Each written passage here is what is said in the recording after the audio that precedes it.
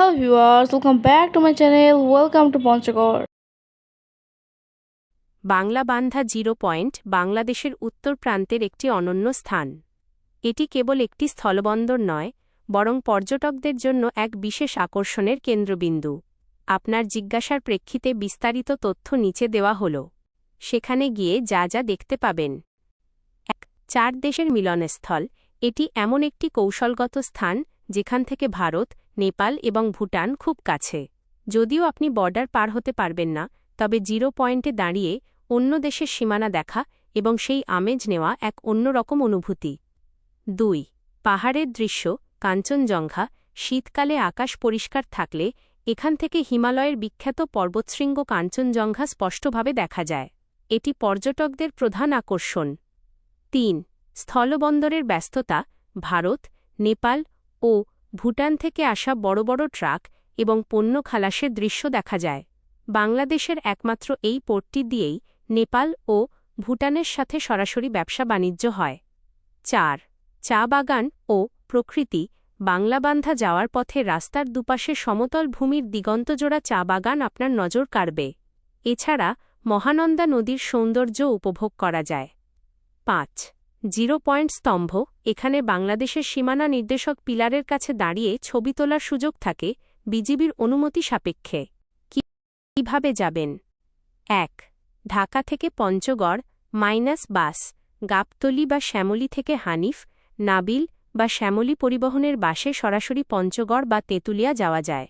ভাড়া ১,০০০,১,৯০০ টাকার মধ্যে, এসি নন এসি ভেদে।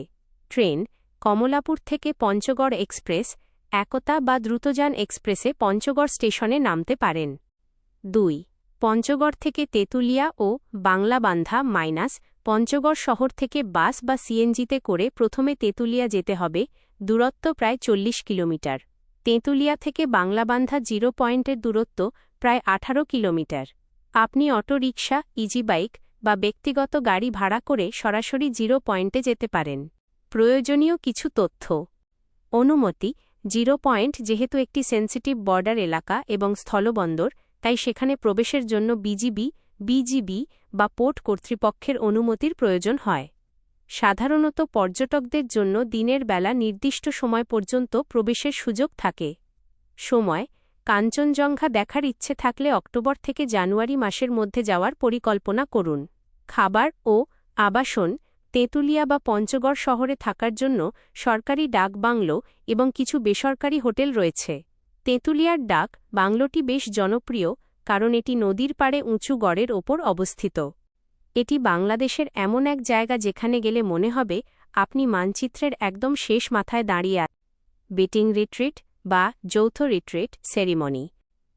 ছবিতে দেখা যাচ্ছে বর্ডার গার্ড বাংলাদেশ বিজিবি এবং ভারতের বর্ডার সিকিউরিটি ফোর্স বিএসএফ এর সদস্যদের মধ্যে একটি বিশেষ কুচকাওয়াজ বা অনুষ্ঠান চলছে।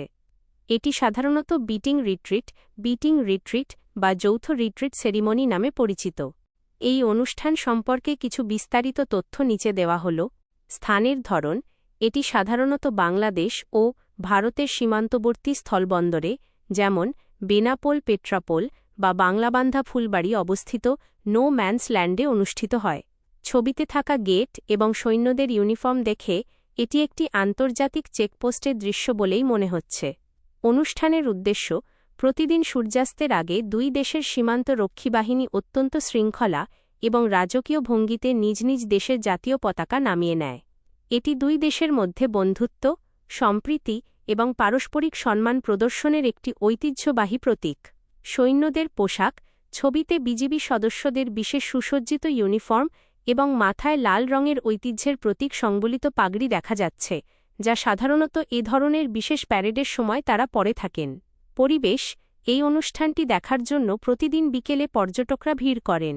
সৈন্যদের উচ্চস্বরে কমান্ড এবং ড্রামের শব্দের সাথে তাদের তাল মিলিয়ে হাঁটা বা প্যারেড করার দৃশ্যটি বেশ আকর্ষণীয় এবং দেশপ্রেমের অনুভূতি জাগায়।